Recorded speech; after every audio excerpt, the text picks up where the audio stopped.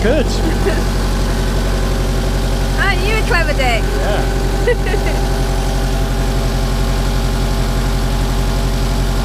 Oh my god, it stinks. Yeah, this is the crankcase blown. I need a bit of hose pipe still.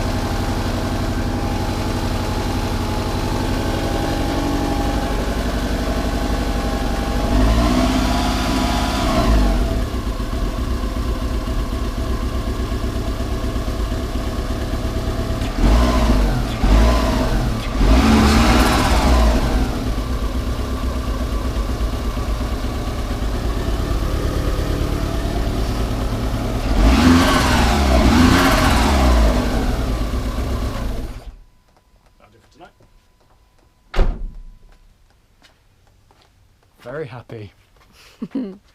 Just need to figure out what the...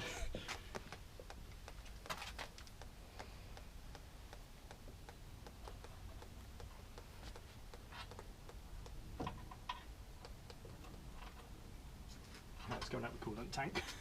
So that one's coming out of here, which is it? Expansion. It's still smoking. So I need to put... Normally that is connected back into the air intake, so it all gets sucked back into the engine again. Need to vent that somewhere else. The turbo is smoking. Is that a good thing or a bad thing? I have no idea if it's a good thing or a bad thing. At least you know roughly it works. Yeah. Maybe I have to limp it to a garage if it does become a problem. Right. Time to tidy up before it has to come. Say bye. Bye. Alright, so this is pretty much what we came down to. We got a bit of coolant at the back from somewhere. Got 2 little dribbles of oil there, and we had a little dribble of oil here. This one, I'm hoping, was from the oil sensor because I had not plugged that back in properly.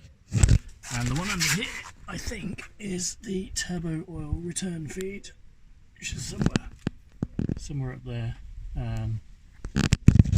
This silver pipe there. I don't think that's tight enough. You can see there's a bit of globby oil underneath it mixed with coolant. So coolant's coming from higher up, and the oil's coming from there.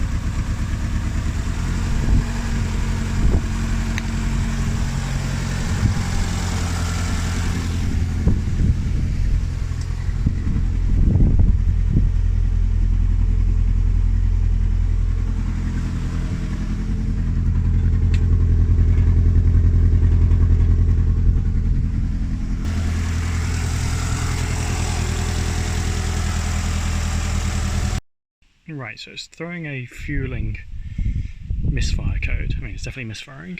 So there's definitely fuel getting to the fuel rail. So let's check the resistance on each. It's going to be very hard to do one-handed. Check the resistance on each injector. I can do this.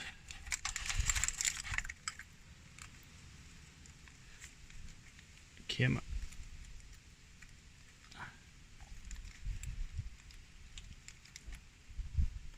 Here we go.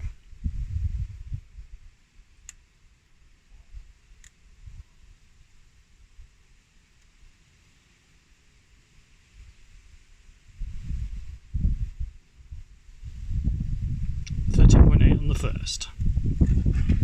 Don't know if that's good or bad. There's probably some specs somewhere, but we'll just go down them all and see.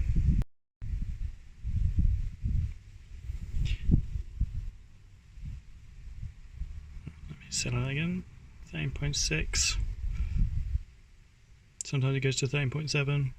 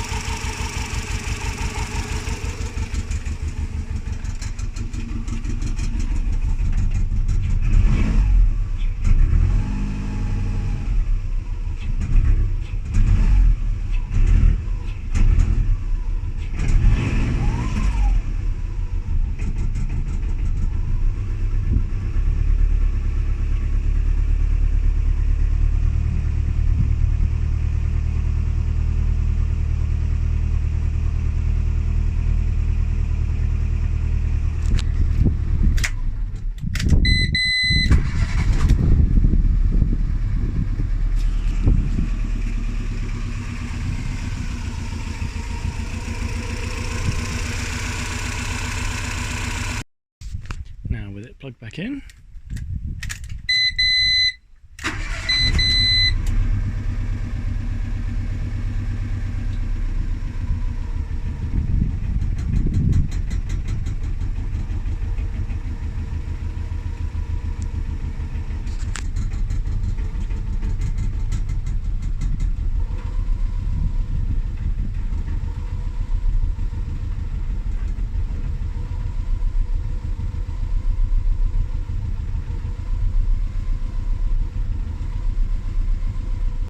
Right, as you can hear, it's still running a bit lumpy, but I have disconnected the upper cat sensor and it has made it slightly better, so let's just pull some coils and see whether it misfires even any worse.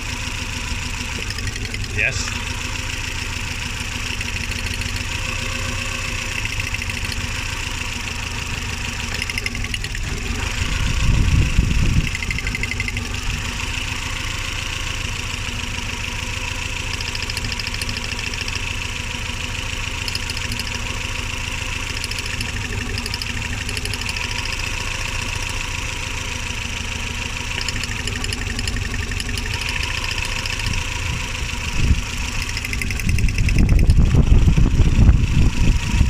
That one definitely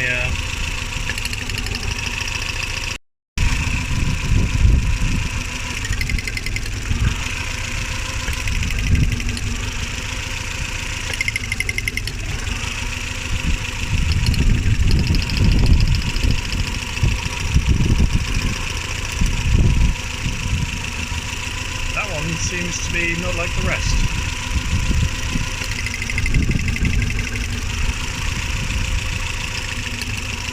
That's not connected.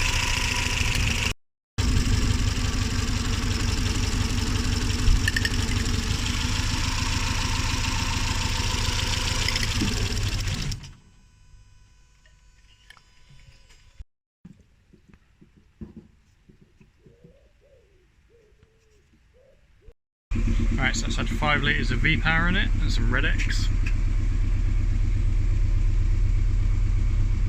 We're idling at 1,000. Quite itself. Everything's still plugged in.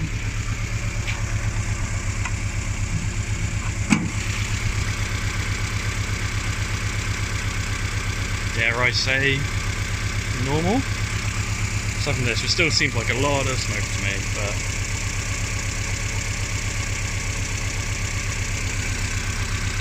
it seems happier.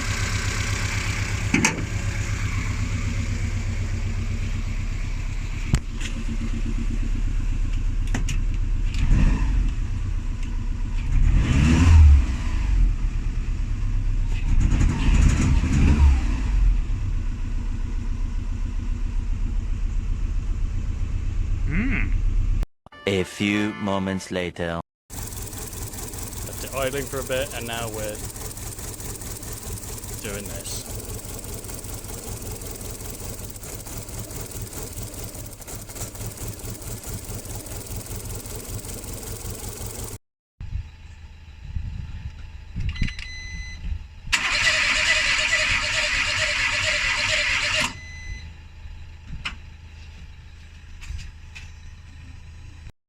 Cylinder 2.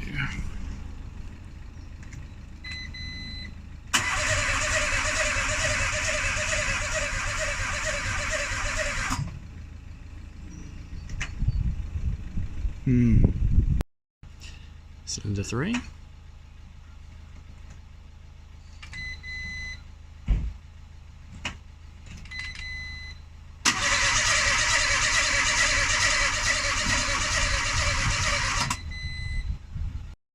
Complete the set. Cylinder 4.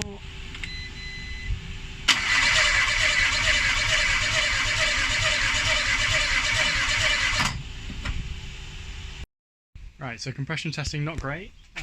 Cylinder 1 down on pressure, 2 was okay, 3 was down on pressure, 4 was okay.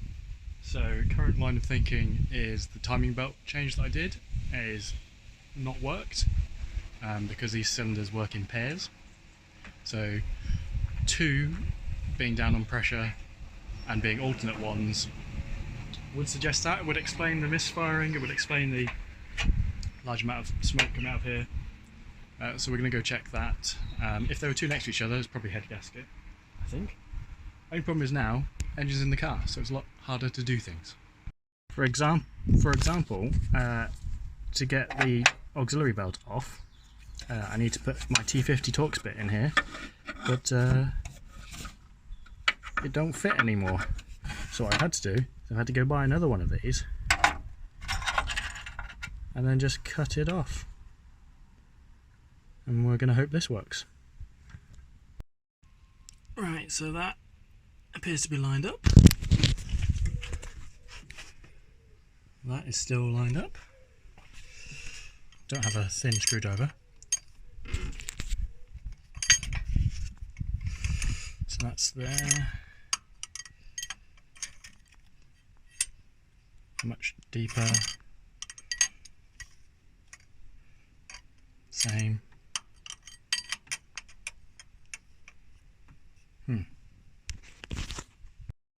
Right, so compression tested, 2 of the cylinders are down. Check the timing. Timing is all good still. So this is looking pretty serious.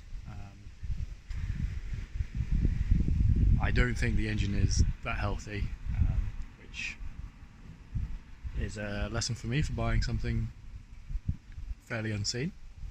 And it wasn't running when I got there because it had already started being stripped, so we know better for next time. So I think what I'm going to do is I'm going to put it all back together. I'm going to clean all the sensors off just in case it's that. Compression test it again, maybe drop some oil down the 2 that were low, see whether they seal, then that would be piston rings. And yeah, see if it actually drives. Got to bleed the clutch, which I'll do off camera. Yeah, and if it's vaguely drivable, we'll take it to Cobra in a week. If it's not, we might still take it to Cobra anyway. I don't know yet, but yeah, lots to put back. Right, we're back to where we were.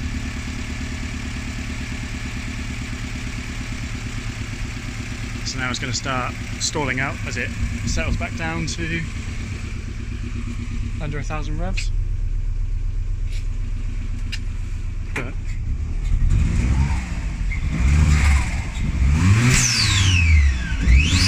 oh, we've blown a hose somewhere. There we go. Didn't tie that back on, did I? Of course, today it's going to be fine, isn't it?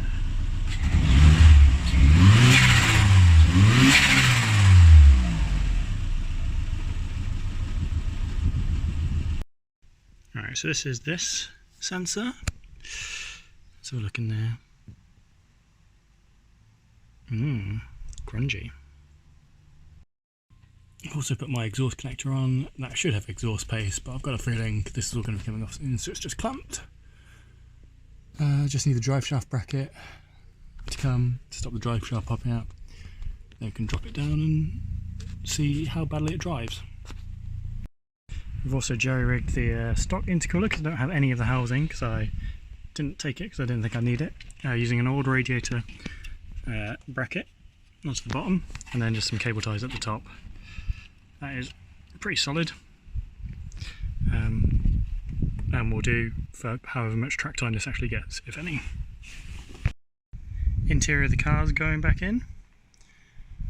As you can see, I've relocated the brake fluid reservoirs inside because it's an absolute pain to deal with under the bonnet because it's under the scuttle tray.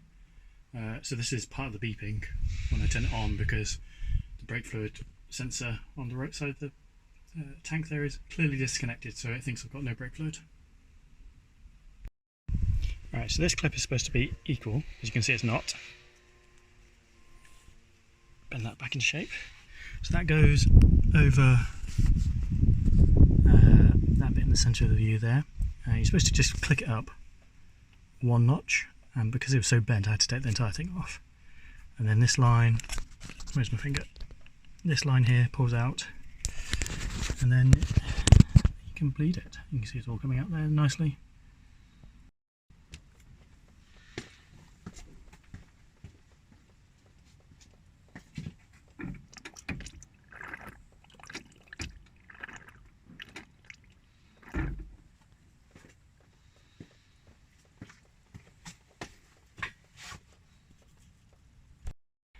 Right, I think we are pretty much as far as we can go. Clutch is bled, just waiting for the drive shaft bracket. I've put some, what do you call them? Clips, CV boot joint clips around the CV boots that didn't have any. I've connected everything up, put the bumper back on, lights are all tied in. This bumper's on, boots on, bonnet's on, wipers are on. Interior is being cleaned out. Believe me, it's being cleaned out. Yeah, I think the only thing really left to do is wait for that drive shaft bracket, put it on the ground and see whether it actually drives. Right, so the front bumper's back on,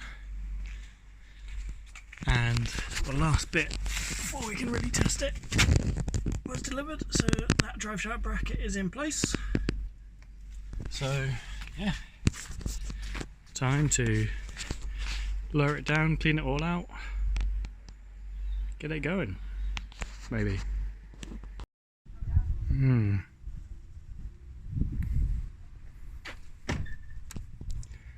Well, it's not blood anymore.